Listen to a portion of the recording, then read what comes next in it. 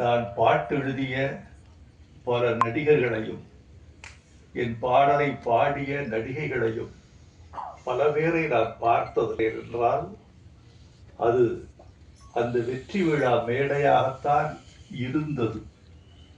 இப்போது அது மாறிவிட்டது. அந்த கொண்டாட்டத்தை இப்போது பாடல்களின் வெளியீட்டு விழாக்கள் மட்டுமே நடத்தி காட்டுகின்றன. இது ஒரு கொண்டாட்டம். நம்மை நாம் அறிமுகம் செய்து கொள்வதற்கும் நம்மை நாம் நலம் விசாரித்துக் கொள்வதற்கும் ஓ இவர்தான் அவரா என்று புரிந்து கொள்வதற்கும் இந்த மேடை பயன்படுவதாக நான் நினைக்கிறேன். என் வாழ்த்துக்கள். எவ்வளவு நேரம் வேண்டுமானாலும் பேசலாம் என்று தொகுப்பாளர் எனக்கு ஒரு சுதந்திரம் கொடுத்திருக்கிறார். Okay, so அடுத்தபடியாக in recent times a very promising actor Rio அவர்களை பேச அழைக்கிறேன். வந்த எல்லாருக்குமே நன்றி. Thank you so much. So இந்த பிரேக்ஃபாஸ்ட் திரைப்படத்தை வந்து வழக்கமாக எல்லாரும் சொல்றதே தொடர்ந்து பண்றீங்க. இல்லைன்னா நான்லாம் இங்கே நின்றுக்க முடியாது. ஸோ அதை எனக்கு பண்றதுக்கு நன்றி, இந்த படத்துக்கு பண்ண போறதுக்கும் நன்றி. அந்த பிரேக்ஃபாஸ்ட் திரைப்பட குழுவினருக்கு என்னோட வாழ்த்துக்கள். So special wishes for Ranav. வாழ்த்துக்கள் ராணுவ். ஸோ இன்னொரு ஹீரோ தமிழ் இண்டஸ்ட்ரியில். ஸோ நிறைய நல்ல கதைகள் கேட்டு நிறைய நல்ல படம் பண்ணணும். நிறைய நல்ல டீம் கூட பேக் ஸ்க்ரீனில் நிறைய தடவை நேரில் மீட் பண்ணும்போது டிஸ்கஸ் பண்ணுறது தான். புதுசாக ஒன்றும் சொல்ல போகிறது இல்லை. பொறுமையாக ஒரு அவசரமும் இல்லை. எங்கேயுமே சினிமா எங்கேயும் ஓட போகிறது இல்லை. சினிமாக்குள்ளார தான் நம்ம ஓட போகிறோம். அதனால பொறுமையாக கதை கேட்டு நல்ல டீமோட இன்னும் நிறைய நல்ல படங்கள் பண்ணோம் அப்படின்னு சொல்லிட்டு wish you the best. Because எனக்கு பர்சனலாக ராணுவ தெரியும். சினிமாவில் எல்லாருக்குமே இருக்கும்ல ஒரு பெரிய கனவு இருக்கும். அந்த கனவுக்கு என்ன பண்ணணும் ஏது பண்ணணுன்ற ரூட்டே நம்மளுக்கு தெரியாது. பிகாஸ் நம்ம பார்க்குறது எல்லாமே சக்ஸஸ் ஆனவங்களை தான் முன்னாடி பார்த்துட்டு இருப்போம். எல்லா சக்ஸஸ்க்கும் ஒவ்வொருத்தருக்கும் அவங்கவுங்களோட ரூட் இருக்கும். ஸோ நமக்கு என்ன ரூட் அப்படின்றது நமக்கு தெரியாது. அதை தேடி கண்டுபிடிக்கிற ஒரு தேடல் இருக்கும். ஸோ அதுக்குள்ளார தான் நிறைய வலி பெயின்லாம் இருக்கும். ஸோ இப்போ அந்த ஃபேஸில் ராணுவ இருக்கான். இந்த வலியையும் இந்த பெயினையும் நல்ல கதையை தேடணும், நல்ல படம் பண்ணணும் அப்படின்ற அந்த பெயின் இருக்குல்ல, அதை வந்து என்ஜாய் பண்ணு. இந்த ஜிம்முக்கு போனால் வலிக்கிறத என்ஜாய் பண்ணால் சூப்பராக உடம்பு வரும்னு சொல்லுவாங்கல்ல, அந்த மாதிரி தான் சினிமாவில் கிடைக்கிற வலி எல்லாத்தையுமே நல்லா என்ஜாய் பண்ண அப்படின்னா சினிமா திருப்பி தர சுகம் வந்து ரொம்ப சூப்பராக இருக்கும். அதனால தேடி கண்டுபிடிச்சு நல்ல படங்கள் பண்ணணும் அப்படின்னு சொல்லிட்டு wish you the best. And இந்தியாவின் சுதந்திரம் போல் நான் தப்பாக பயன்படுத்த மாட்டேன். நான் சரியாக பயன்படுத்தி எண்ணி சில நிமிடங்களில் என் கருத்துக்களை பதிவு செய்து விடைபெற வேண்டும் என்று ஆசைப்படுகிறேன். பேசுவதற்கு ஆசைதான். எண்ணிக்கையில் அதிகமான ஊடகங்கள் இங்கே வந்திருக்கிறார்கள் தான். ஏதோ இந்த மேடையில் அறிவாளிகளும் சாதித்த கலைஞர்களும் நிறைந்திருக்கிறார்கள் தான். ஆனாலும் கூட சபையறிந்து நேரமறிந்து பேசுவது ஒரு நாகரிகம் என்பதை நான் அறிவேன். எண்ணி சில செய்திகளை உங்களோடு பகிர்ந்து கொள்ள விரும்புகிறேன். ஒரு பெண் அதே அளவுகோலை வைத்து இன்னொரு ஆணை புரிந்து கொள்ள முடியாது. கணவனை வைத்து தந்தையையோ, தந்தையை வைத்து தனையனையோ, தமையனையோ ஒரு பெண் புரிந்து கொள்ள முடியாது. ஒவ்வொரு பெண்ணும் ஒரு உலகம், ஒவ்வொரு ஆணும் ஒரு உலகம். அவர்களின் ரசனைகள், அவர்களின் எண்ணங்கள், அவர்களின் போக்குகள் மாறிக்கொண்டே இருக்கும். புரிந்து கொள்ள முடியாது. ஒரு ஆண் பெண்ணை புரிந்து கொள்வதும் பெண் ஆணை புரிந்து கொள்வதும் உள்ள வரைக்கும் கலை இருக்கும், இலக்கியம் இருக்கும். இந்த கலைகளும் இலக்கியங்களும் உள்ளவரை ஆண் பெண் புரிதல் என்ற ஒரு மிகப்பெரிய சங்கிலி அருந்து விடாமல் ஓடிக்கொண்டே இருக்கும் என்று நான் கருதுகிறேன். நான் பாட்டு எழுதிய பல நடிகர்களையும் என் பாடலை பாடிய நடிகைகளையும் பல பேரை நான் பார்த்ததில்லை என்றால் அது அந்த வெற்றி விழா மேடையாகத்தான் இருந்தது. இப்போது அது மாறிவிட்டது. அந்த கொண்டாட்டத்தை இப்போது பாடல்களின் வெளியீட்டு விழாக்கள் மட்டுமே நடத்தி காட்டுகின்றன. இது ஒரு கொண்டாட்டம். நம்மை நாம் அறிமுகம் செய்து கொள்வதற்கும் நம்மை நாம் நலம் விசாரித்துக் கொள்வதற்கும் ஓ இவர்தான் அவரா என்று புரிந்து கொள்வதற்கும் இந்த மேடை பயன்படுவதாக நான் நினைக்கிறேன். என் வாழ்த்துக்கள். எவ்வளவு நேரம் வேண்டுமானாலும் பேசலாம் என்று தொகுப்பாளர் எனக்கு ஒரு சுதந்திரம் கொடுத்திருக்கிறார். அனைவருக்கும் வணக்கம். தாமதத்துக்கு மன்னிக்கணும். முதல்ல அந்த ஷூட் டைம் லேட்டாக வந்திருக்கும் அனைவருக்கும் பெரிய வாழ்த்துக்கள், பெரிய மதிப்புக்குரிய வாழ்த்துக்கள் எல்லாருக்குமே. ராணவ் வந்து எனக்கு தம்பி, அப்படி உடன்பிறவா சகோதரன். தம்பி நான் கிளாஸில் தான் பார்த்துருக்கேன். 6 அடி 2 அங்குலம் அப்படி உயர்த்தா பார்த்துருக்குள்ள. அவன் எப்போதும் விளையாட்டு கடவாக தான் இருப்பான். எது பேசினா விளையாட தான் பேசுவான். அப்படின்னா சீரியஸாகவே எடுத்துக்க மாட்டேன் சொன்னாலும். சீரியஸாக பேசணும், நான் சீரியஸாக பேசுவேன், அவன் சீரியஸாக எடுத்துக்க மாட்டாங்க. நீ கொஞ்சமாக சீரியஸாக இருறா அப்படின்னு வச்சுக்கேன். அது சரி படிக்கலாம் அந்த ஒரு பண்ணிக்கலாம்னு சொல்கிறாங்கல்ல, அவனுக்கு பின்னாடி நிறைய ஓடிட்டே இருக்கும். இந்த மூட சூப்பராக வேலை பார்த்துட்டே இருக்கும். அவன் வாழ்க்கையை தேடுறதுக்கு அவன் நிறைய உழைச்சிட்டே இருக்கான் பிள்ளை. இந்த பிள்ளை அவனுக்கான ஒரு இடம் கண்டிப்பாக கிடைக்கும், அது மாட்டுக்கிறது கிடையாது. அது எதில் கிடைக்கும் அப்படின்னா நீங்கள் தட்டுற கைத்தா, அதுதான் அவன் பாராட்டு. தம்பி எப்போ சொல்லுவேன், பாராட்டு ரொம்ப ரொம்ப முக்கியம். அதே மாதிரி இந்த படம் ரொம்ப ரொம்ப முக்கியம். எப்போதும் பிரேக்ஃபாஸ்ட்டை ஸ்கிப் பண்ண கூட சொல்லுவாங்க. அதே மாதிரி இந்த படம் ஸ்கிப் பண்ணிடாதீங்க, பாருங்க கண்டிப்பாக. காலை உணவு எப்படி நம்ம உதவணும், அதே மாதிரி காலை உணவு எப்போது நமக்கு தேவைப்படுதோ அதே மாதிரி தான். இது ஒரு ஊட்டச்சத்து, ரொம்ப அழகான ஊட்டச்சத்து. சினிமா என்பது அப்படிதான் எங்களுக்கு எல்லாமே. இது ஊட்டச்சத்து. மேலே வந்து ஐயா வந்து பார்க்கும்போது அவ்வளோ அவ்வளோ அவ்வளோ உண்மையாக இருக்குது, எளிமையாக இருக்கார். அவர் எழுந்து போன விதமே அப்படிதான் இருக்குது. எனக்கு ஏன் பொக்கை கொடுக்கணும் அப்படின்னா, இல்லை ஒரு ஆள் வந்து அது கொடுக்கணும்னு இருக்குல்ல, அந்த பெரிய மனசு இருக்குல்ல, அந்த படம் கண்டிப்பாக பெரிய மனசாக இருக்கும். எல்லாரையும் ரொம்ப அழகாக பார்த்துப்பாரு, அது மாற்றுக்கிறதே கிடையாது. படத்தையே சொன்ன மாதிரி தான். அவர் சொன்னாங்கல்ல, எப்படி பார்த்து செல்லமே எப்படி பார்த்து, நான் பார்த்து பயந்துருக்கேன் படத்தில். அந்த மிக்சிக்கு அவ்வளோ ஒரு வேல்யூ இருக்குன்னு தான் தெரியும் எனக்கு. அப்படியெல்லாம் ஒரு கொடூரமான மிக்சி நான் பார்த்தே கிடையாது. நான் அந்த படத்தை பார்த்துலாம் அந்த இன்னும் கூட கொடூரமாக இருக்கா தம்பி அப்படிங்கிற விஷயம். ஆனால் அந்த நடிப்பை எப்படி உருவாக்கி இருப்பாரு, ரொம்ப இயல்பான ஒரு பிள்ளை. அந்த பிள்ளை அந்த பிள்ளைக்கு கோவமாக கூட தெரியாது. ஆனால் இந்த பிள்ளை இப்படிலாம் இருக்குமா அப்படின்னு. அதுதான் இயக்குனர் வேலை. எங்களோட தவறுகள் எல்லாத்தையும் மறைச்சிட்டு நல்லதை மட்டும் வெளியே காட்டுவாங்க. நாங்கள் எவ்வளோ தப்பு பண்ணியிருக்கோம், அது எல்லாத்தையும் ஒதுக்கி வச்சிருவாங்க. எதெல்லாம் நல்லா இருக்கும் அதை மட்டும் வெளியே காட்டி நாங்கள் ரொம்ப சூப்பராக தெரியும். நான் சூப்பராக தெரிஞ்சுக்காத காரணம் இயக்குனர் தான். அப்படிப்பட்ட இயக்குநர்கள் எல்லாமே சொல்ல எங்களுக்கு என்ன பயம், கவலையே கிடையாது. எல்லாத்தையும் சூப்பராக வந்தாங்க, நானும் சூப்பராக வந்துடுவான். அது மாட்டுக்கிறதே கிடையாது. அந்த இளமைக்கு என்ன இருக்குமோ அது ஓட்டம் இருந்துகிட்டே இருக்கணும். அதாவது இளமையில் கல் உதவியில் வச்சுக்கிறது நமக்கு பயம் போயிடும். வலி வர சொல்ல ஆட்டோ தொட்டு போக விரல் வலிக்குது, என்னவா இருக்கும், டாக்டர் பார்க்கலாமா அப்படின்னு. கடவுள் எவ்வளோ பெரிய வருவாங்களே, வலியை கொடுத்துட்டே இருக்காங்க. அந்த வலி வரும்போது தான் அதோட அர்த்தம் தெரியும், அது புரியும். அந்த புரிதல், அதுக்காக தான் வலியை கொடுத்துருப்பான். ரியோ தம்பி சொன்ன மாதிரி தான். இந்த வலி இருக்குல்ல, வலி உள்ளுக்குள்ள இருந்துகிட்டே இருக்கும், வெளியே சொல்லவே மாட்டோம். தொண்டை கீழே வச்சிருப்போம், தொண்டைக்கு மேலே ஒரே ஒரு மோல்டு மட்டும் தான் இருக்கும். சிரிச்ச முகத்தோட இருப்போம். சாப்பிட்டியாடா, சாப்பிட்டே இருக்க மாட்டான். சாப்பிட்டுணும். எல்லாத்தையும் மறைக்கிறது அப்படின்னா இந்த முகம் தான். இந்த மாஸ்க் சிரிச்ச முகத்தோட வச்சிருப்போம் எல்லாத்தையுமே. அதை எடுத்துக்கிற விதம் இருக்கிற தொண்டை கீழே கஷ்டத்தை வச்சுக்கிட்டு தொண்டைக்கு மேலே எப்போ சந்தோஷம் வச்சுக்கணும்.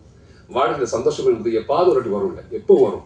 துக்கம் எப்போ வரும். ரெண்டும் கலவையா இருக்கும். ஒரு இரவுனா ஒரு பகல் இருக்கும், அப்படிதான் வாழ்க்கை. அதே மாதிரி அந்த படம் கண்டிப்பா வெற்றி அடையும். அதை மாற்றுக்கிறதே கிடையாது. திரும்பி சொல்றேன், எப்போது வாட்டி சொல்லுவாங்க கை தட்டுங்க சொல்லிட்டே போகணும். அதனால மனப்பூர்வமான வாழ்த்துக்கள். வாழ்க பல்லாண்டு, வாழ்க வளமுடன். ராணுவ தம்பிக்கு பெரிய வாழ்த்துக்கள். சூப்பர்ண்ணா. இந்த பிரேக்ஃபாஸ்ட் கூட சொன்னீங்க பார்த்தீங்களா, வேற லெவல்லண்ணா. பட் அண்ணா கிட்ட பிடிச்ச இன்னொரு விஷயம் என்னன்னா, ஐ திங்க் எல்லாருமே ஒத்துப்பீங்கன்னு நினைக்கிறேன். தூக்கும் எங்க எல்லா சார்பாகவும் உங்களுக்கு மிகப்பெரிய வாழ்த்துக்கள் Bharat. And we request you to share few words please.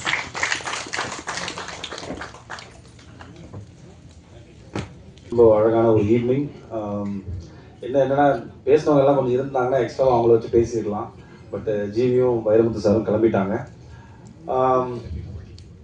மேடையில் இருக்கிற ஒரு 2 டைரக்டர்ஸ் வந்துட்டு என்னோட கெரியருக்கு, என்னோட ஃபிலிமோகிராஃபிக்கு ரொம்ப முக்கியமான டைரக்டர்ஸ்.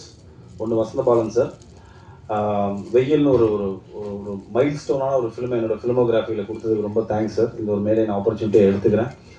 அதே மாதிரி என்னோட கெரியரோட இனிஷியல் ஸ்டேஜஸில் பாய்ஸ் முடிச்சதுக்கப்புறம் நான் வந்துட்டு எனக்கு படம் எதுவும் இல்லை, ஆப்பர்ச்சுனிட்டி எதுவும் இல்லாத சமயத்தில் மலையாளத்தில் ஒரு ஆப்பர்ச்சுனிட்டி கிடச்சிது. சரி, நம்ம சினிமா பற்றி ஒன்றுமே தெரியாது.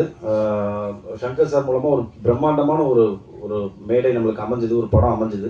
பட் அதுக்கப்புறம் என்ன பண்ண போகிறோங்கிறது தெரியாத சமயத்தில் தான் வந்து மலையாளத்தில் போய் ஒரு படம் பண்ணேன். அந்த டைமில் தான் வந்துட்டு எனக்கு திருப்பியும் தமிழ் சினிமாவில் காந்தி கிருஷ்ணா சார் கூப்பிட்டு இப்படி ஒரு படம் பண்ணுறாண்டா அப்படின்னாரு. எனக்கு அந்த டைமில் ஒரு படம் பண்ணணும், எந்த படம் ஏது படம்லாம் தாண்டி ஒரு படம் பண்ணணும் அப்படிங்கிற ஒரு ஒரு மைண்ட் செட்டில் தான் நான் வந்தேன். உள்ளே வந்தோடனே கதைலாம் சொல்லலை சார், என்கிட்ட ஒரே விஷயம் தான் சொன்னார், படத்தில் நீ ஹீரோலாம் கிடையாது, பட் செல்லமேவே நீ தான் அப்படின்னாரு.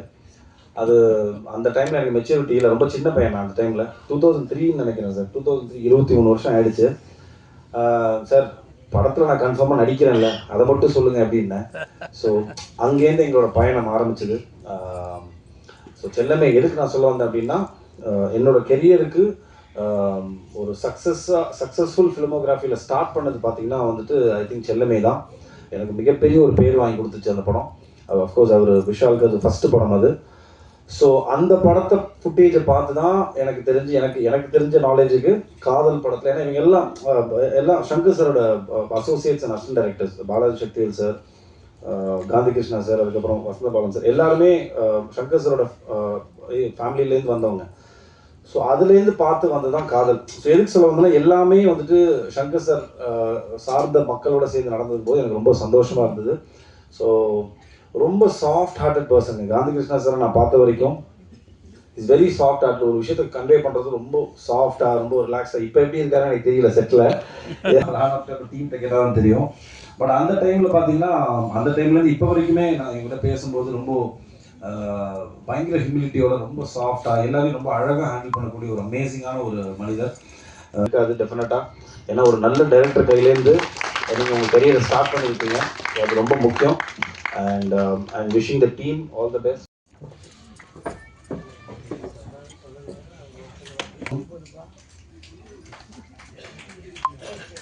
இதில் நிறைய பேசுறதுக்கெல்லாம் என்கிட்ட எதுவுமே கிடையாது. படமாக எடுத்து வச்சுருக்கேன் பாருங்கள். நீங்கள் எல்லாருமே வந்து இவ்வளோ பெரிய ஃபங்க்ஷனை வந்து நடத்தி கொடுத்ததுக்கு ரொம்ப நன்றி. என்னை நம்பி வந்து இப்போ நியூ ஃபேஸ் வச்ச படம் எடுக்கிறதுக்காக வந்து இன்வெஸ்ட் பண்ண என்னுடைய ப்ரொடியூசர்ஸ், அவங்களுக்கும் நன்றி. இந்த படம் வந்து வைரம் சார் சொன்ன மாதிரி தான், கொஞ்சம் புதுமையாக வரணும் அப்படின்றதுக்காக கொஞ்சம் நிறைய மெனக்கெட்டுருக்கேன்.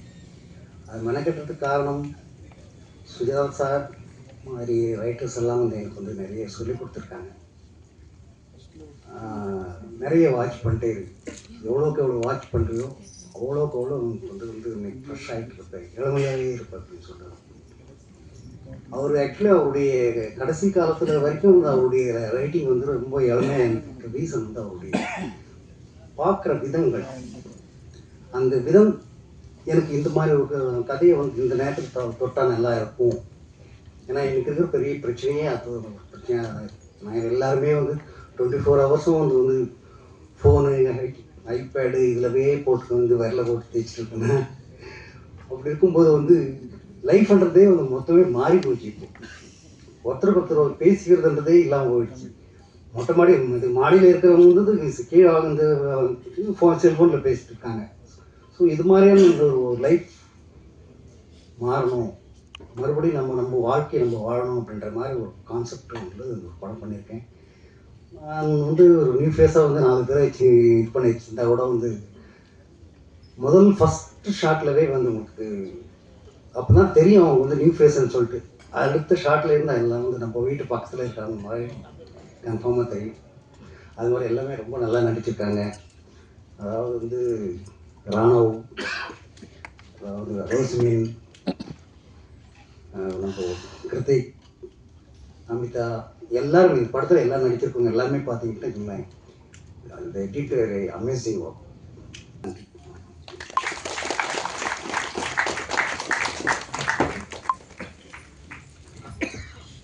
ஓகே, ஸோ எஸ், இவர் இல்லைன்னா கண்டிப்பாக இந்த படம் இவ்வளோ அழகாக எடுத்திருக்க முடியாது. ஏன்னா அந்த அளவுக்கு ப்ரொடியூசர் வரதராஜன் சார், ப்ளீஸ் ஒரு சில வார்த்தைகள். Also we request you. Thank you. நான் வந்து பெங்களூர்ல வந்து ஒரு பிஸ்னஸாக இருக்கிற டெக்ஸ்டைல் பிஸ்னஸ் கேட்டது ரொம்ப அருமையாக இருந்தது. இன்னைக்கு ஒரு காலத்தில் பார்த்தீங்கன்னா அதே மாதிரி தான் என்னுடைய நிறைய வந்து நான் சந்திச்சிருக்கிறேன், நிறைய பேர் பார்த்துருக்குறேன். அந்த பார்த்ததுல அதே கதை வந்து நல்லா இருந்தது. அதனால் வந்துட்டு டைரக்டர் சாருக்கு வந்துட்டு ஓகே இந்த படம் பண்ணுங்கள், நல்லபடியாக பண்ணிவிட்டு நல்லபடியாக இது பண்ணுங்கள். நானும் வந்து என்னால் ப்ரொடியூசர்ஸை வந்து ப்ரொடியூசர் வந்து சைட் பண்ணுறோம், இன்வெஸ்ட்மெண்ட் பண்ணுறோம். அது பண்ணி நல்ல மழையாக கதை இருந்தது. அதுக்காக வந்து நான் வந்து இதுக்கு ஒத்துட்டு நல்லபடியாக பண்ணி எல்லோரும் வந்து ஒரு பக்கம் ஹீரோஸ் இவங்க எல்லாமே ஒரு சான்ஸ் நம்மளுடைய பணம் எடுத்து கொஞ்சம் அவங்க கொஞ்சம் மேலே வந்தாங்கன்னா நல்லா இருக்கும் எனக்கு. அதுக்காக தான் நான் இந்த இன்வெஸ்ட்மெண்ட் பண்ணியிருக்கோம். ஓகே, ஒரு தேங்க்ஸ் உங்கள் மீடியா வந்தவங்களுக்கு எல்லாருக்கும் எங்களுடைய படத்துக்காக நீங்கள் நல்லா ஒத்துழைச்சி எங்களுக்கு எல்லாம் ஏதோ ஒரு ஆசீர்வாதம் பிளஸ்ஸிங் பண்ணி நீங்கள் எல்லாம் பண்ணி கொடுத்தீங்கன்னா இந்த படம் வந்து நல்லபடியாக வந்துச்சுன்னா என்னுடைய சந்தோஷம் எங்களுக்கு. அதே மாதிரி இவங்க வந்ததுக்கெல்லாம் எல்லாரும் வந்திருக்காங்க, டைரக்டர்ஸு, ஹீரோஸு எல்லாமே வந்திருக்காங்க. அவங்களுடைய வந்ததுக்கு ஒரு நன்றி.